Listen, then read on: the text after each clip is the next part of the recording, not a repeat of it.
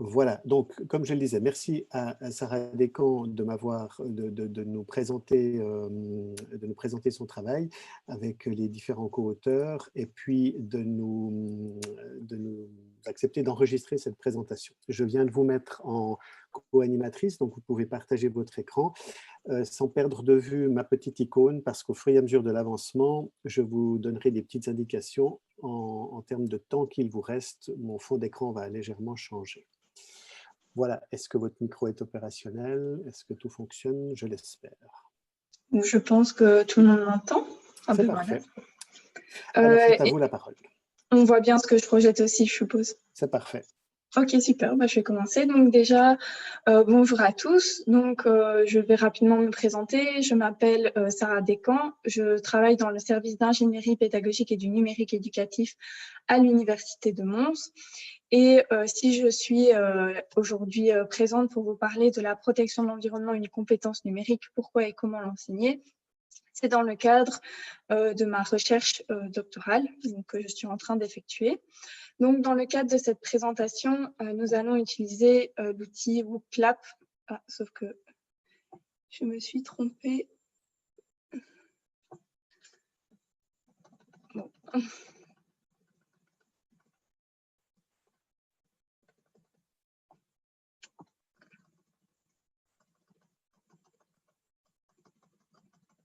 Ça devrait marcher en principe. Oui, mais c'est juste que j'étais à la dernière dia au lieu de la première. Oh, vous avez encore du temps entre deux. Je vais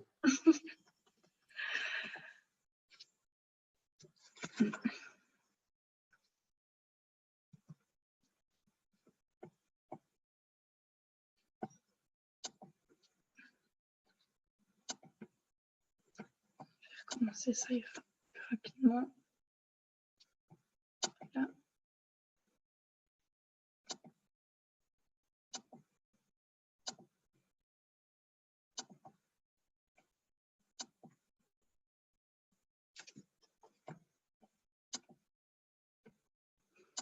Et voilà, donc désolée pour le petit inconvénient. Donc, je vais vous inviter à vous connecter sur WooClap. Donc, soit vous pouvez scanner le QR code, soit vous connecter sur, donc indiqué dans votre navigateur, soit sur votre smartphone ou sur une barre internet www.wooclap.com/sobriété ou alors envoyer un SMS donc @sobriété au 0460 200 711. Donc, au fur et à mesure, je vois que tout le monde se connecte. Donc, au fur et à mesure de la présentation, je reviendrai de manière ponctuelle avec cet outil.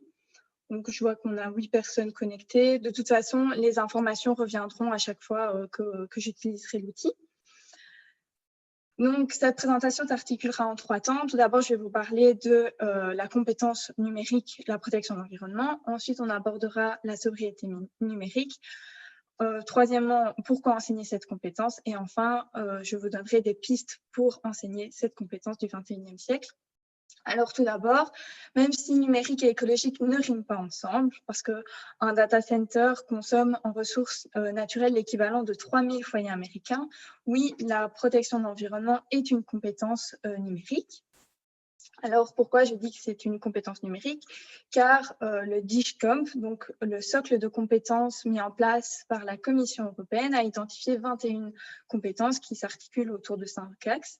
Donc, on a la connaissance de l'information, la communication, la création de contenu, la résolution de problèmes et l'axe qui nous intéresse, l'axe sécurité. En effet, dans cet axe sécurité se trouve la compétence protéger l'environnement et le DIGCOMP stipule d'ailleurs que chaque citoyen doit être conscient de l'impact environnemental des technologies numériques. Alors, pourquoi s'intéresser à cette compétence et non à une autre? Car tout d'abord, elle est peu étudiée dans la littérature. On parle souvent d'éduquer aux fake news, par exemple, à apprendre la collaboration en ligne, mais on parle rarement de la protection de l'environnement. Et aussi, Manila et ses collègues se sont intéressés au sentiment d'auto-efficacité que les enseignants et les formateurs avaient par rapport à ces différentes compétences du DIGCOMP et ils ont mis en évidence que la protection de l'environnement fait partie des compétences dont le sentiment d'auto-efficacité est le plus faible. Donc, on va ajouter un peu d'interactivité. Et vous, est-ce que vous vous sentez compétent à enseigner la protection de l'environnement comme une compétence numérique? Donc, je vous invite à utiliser WooClap. Donc, n'oubliez pas de valider votre réponse. Donc, 1, ça signifie que vous n'avez aucune connaissance. 2, que vous êtes novice. 3, vous vous sentez compétent. Et 4, vous vous sentez expert. Donc, je vais attendre un petit peu que tout le monde puisse répondre. Alors, si vous arrivez pendant la présentation, n'oubliez pas vous pouvez toujours vous connecter en inscrivant dans une barre de navigateur www.wooClap.com/sobriété et l'intitulé est écrit au-dessus de la présentation.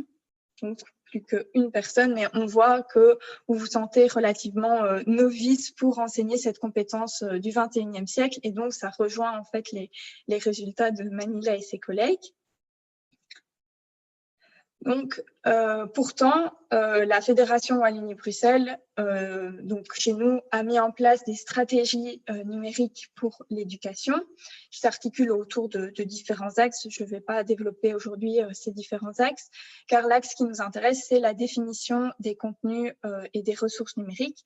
En effet, dans le cadre de cet axe-là, un référentiel d'éducation au numérique a été mis en place et ce référentiel, ça a été inspiré, on va dire, du DISCOMP et les différentes compétences se retrouvent. Alors, en ce qui concerne la protection de l'environnement, elle ne s'y retrouve pas en tant que telle, donc l'intitulé ne s'y retrouve pas, mais il y a un axe développement durable qui vient avancer l'ensemble du référentiel. Donc, les enseignants, en fait, vont être amenés à enseigner cette nouvelle compétence. Alors, quand on s'intéresse à la protection de l'environnement comme une compétence numérique, on peut déterminer 3 axes pour diviser cette compétence. Alors, pour illustrer chacun de ces axes, je vais utiliser un mode de vie numérique qui est largement diffusé chez les jeunes. Il s'agit des vidéos et il s'agit aussi de notre usage numérique qui consomme le plus d'énergie et qui a donc le plus gros impact sur l'environnement. Alors, le premier axe, il s'agit de sensibiliser à l'impact de nos modes de vie numériques. Donc, si on prend une vidéo YouTube, donc si on la visionne en HD, c'est l'équivalent d'un four électrique, donc ça consomme énormément. Et petite interactivité, selon vous, l'activité... J'ai trompé. Donc, selon vous, 10 heures de vidéo en HD, en streaming, contiennent autant de données que, donc, soit l'entièreté, vos mails, sauf que je n'arrive pas à voir vu qu'il y a Zoom qui est devant, voilà, soit 1000 mails stockés dans votre messagerie, soit l'intégralité du contenu de l'encyclopédie Wikipédia en anglais, ou soit 1000 photos de vacances stockées sur le cloud.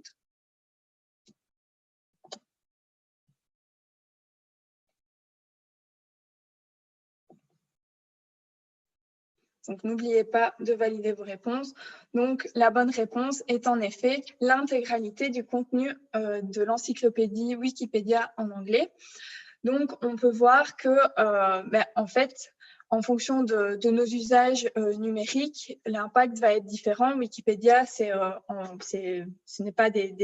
multimédia, mais ce n'est pas des vidéos. C'est surtout en grande majorité du texte et des images. Et donc, en fonction du type d'usage numérique, il aura un impact différent sur l'environnement. Donc, je reviens à mes 3 axes. Ensuite, on a l'axe 2 qui concerne plus le numérique au service de la transition écologique. Et en fait, l'objectif de cet axe, c'est de montrer que des solutions existent pour protéger l'environnement. Donc, pourquoi c'est important d'avoir un axe 2 qui parle aussi des aspects positifs du numérique, car Saorès, dans son ouvrage qui s'intéresse à comment parler d'écologie aux enfants, montre qu'il est aussi important de parler des choses positives liées à l'environnement pour ne pas culpabiliser les jeunes et être moralisateur. Et donc, l'intérêt d'intégrer cet axe-là quand on parle de protection de l'environnement comme une compétence numérique. Donc, je vais reprendre mon exemple des vidéos. En 2018, on a des youtubeurs qui se sont rassemblés pour pour conscientiser les jeunes à l'environnement et ils ont notamment incité les jeunes à mettre en place des actions pour le climat et à manifester pour le climat et ça a relativement bien marché quand on a vu toutes les marches pour le climat qu'il y avait et donc en ça on peut considérer les vidéos YouTube comme une solution numérique pour protéger l'environnement. Ensuite, le troisième axe, il est lié au concept de sobriété numérique dont j'y reviendrai juste après. Et donc, c'est avoir une utilisation responsable des technologies en mettant en place des gestes plus éco-responsables.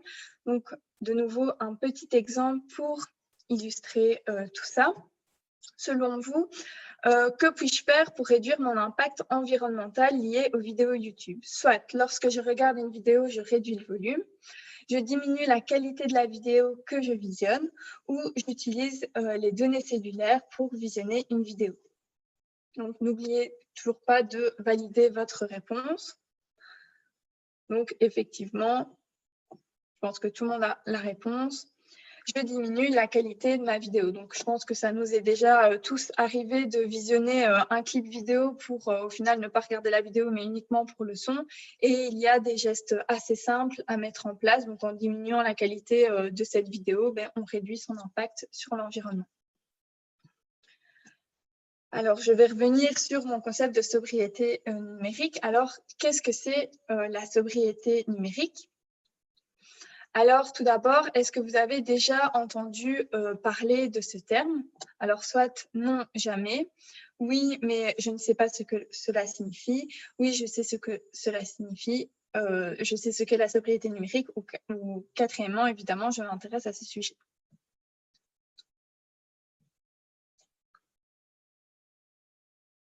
Donc, on voit que relativement tout le monde sait ce qu'est la sobriété numérique.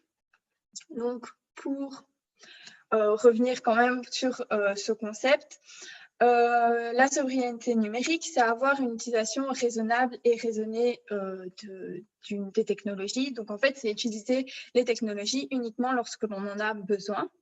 La sobriété numérique, c'est aussi une conscientisation à l'impact des usages numériques. Et donc, même si nos usages ne sont pas visibles, c'est être conscient de ces impacts. Par exemple, une recherche sur Internet, c'est l'équivalent de 5 à 7 grammes de CO2. Ensuite, la sobriété numérique, c'est aussi développer des gestes éco-responsables. Donc, on parlait notamment tantôt du visionnage des vidéos YouTube, mais on peut aussi utiliser des moteurs de recherche plus responsables comme Ecosia. Et au final, la sobriété numérique, c'est l'adoption d'une posture globale de sobriété numérique, donc aussi bien dans son usage du numérique que dans sa conception numérique. Donc actuellement, on parle de plus en plus d'éco-conception, car chaque donnée que l'on ajoute quand on conçoit du contenu numérique va avoir un impact sur l'environnement, car il consomme de l'énergie. Alors, si le sujet vous intéresse, je vous invite à aller lire les ouvrages de Éric Vidalanque et de Frédéric Bordage. Donc, c'est ceux qui m'ont permis d'identifier le concept de sobriété numérique. Et sinon, en France, il y a le The Shift Project qui rédige des rapports en lien avec la sobriété numérique, notamment sur les vidéos YouTube. On a aussi l'ADM et on a aussi greenheat.fr qui s'intéresse à cette thématique. Et sinon, au niveau de la Belgique, on a l'équivalent belge qui s'appelle Greenheat Belgium. On a la semaine du numérique qui s'est intéressée à cette thématique en interviewant différents experts sur la sobriété numérique. Et enfin, mais il n'y a pas si longtemps, il y a quelques semaines, il y a l'Institut belge du numérique responsable qui a ouvert. Donc, si le sujet de la sobriété numérique vous intéresse, je vous invite à prendre connaissance de ces différents organismes. Alors, pourquoi enseigner la sobriété numérique? Alors, la sobriété numérique, c'est un croisement entre deux transitions, la transition écologique et la transition numérique. Et notre société est touchée par ces deux transitions et forcément l'enseignement aussi. Donc, au niveau de la transition écologique, on voit que les jeunes manifestent pour le climat, comme je le disais, ils mettent en place des gestes éco-responsables, et on voit aussi l'éducation relative au climat qui est de plus en plus intégrée dans l'enseignement. Et d'un autre côté, et en particulier depuis la crise sanitaire, on voit que de l'équipement est diffusé dans les écoles, il y a de plus en plus d'ordinateurs, on intègre de plus en plus le numérique dans les pratiques. Et les compétences numériques sont aussi intégrées dans l'enseignement. Et donc, l'objectif, c'est de s'accaparer cette tension entre ces deux transitions en enseignant la protection de l'environnement comme une compétence numérique. Alors, j'y suis arrivée un peu trop tôt. Pourquoi aussi enseigner cette compétence? Il y a une urgence à enseigner la protection de l'environnement et la sobriété numérique. En effet, on voit que les technologies se développent de plus en plus et d'un autre côté, la crise climatique s'aggrave de plus en plus. Alors, de nouveau, un petit quiz. D'ici 2025, si rien n'est fait, les émissions à gaz à effet de serre pourrait être équivalent à celle soit de la production chinoise, soit du secteur agricole brésilien, ou soit de l'ensemble des voitures roulant sur Terre. Donc, je vous invite à répondre à ce petit sondage. N'oubliez pas de valider votre réponse. Donc, en effet, il s'agit de l'ensemble des voitures roulant sur Terre. Donc, actuellement, on est aux alentours de 4% et d'ici 2025, on serait aux alentours de 8%. Donc, il y a une réelle urgence climatique. Sinon, pourquoi aussi sensibiliser dès aujourd'hui à la sobriété numérique? On peut espérer qu'en sensibilisant les jeunes d'aujourd'hui, ça aura un impact chez les citoyens de demain, chez les travailleurs de demain. Aussi, en sensibilisant les jeunes, c'est aussi sensibiliser leur entourage, leur famille. On a déjà vu ce type de phénomène en éduquant ou en menant des campagnes de recyclage dans les écoles. On voyait qu'une fois de retour à la maison, les gestes se transmettaient aux parents et on pourrait espérer qu'il se passe la même chose en parlant de sobriété numérique. Et enfin, c'est surtout sensibiliser à un sujet qui émerge et sensibiliser dès aujourd'hui à un sujet qui émerge. En effet, on a déjà pu remarquer qu'il y avait parfois un décalage d'une dizaine d'années entre l'arrivée d'une thématique dans la sphère scientifique et politique et avant son arrivée dans la sphère éducative. Donc, à titre d'exemple, on parlait déjà d'éducation relative à l'environnement dans les années 70 et pourtant son arrivée dans l'enseignement est assez récente.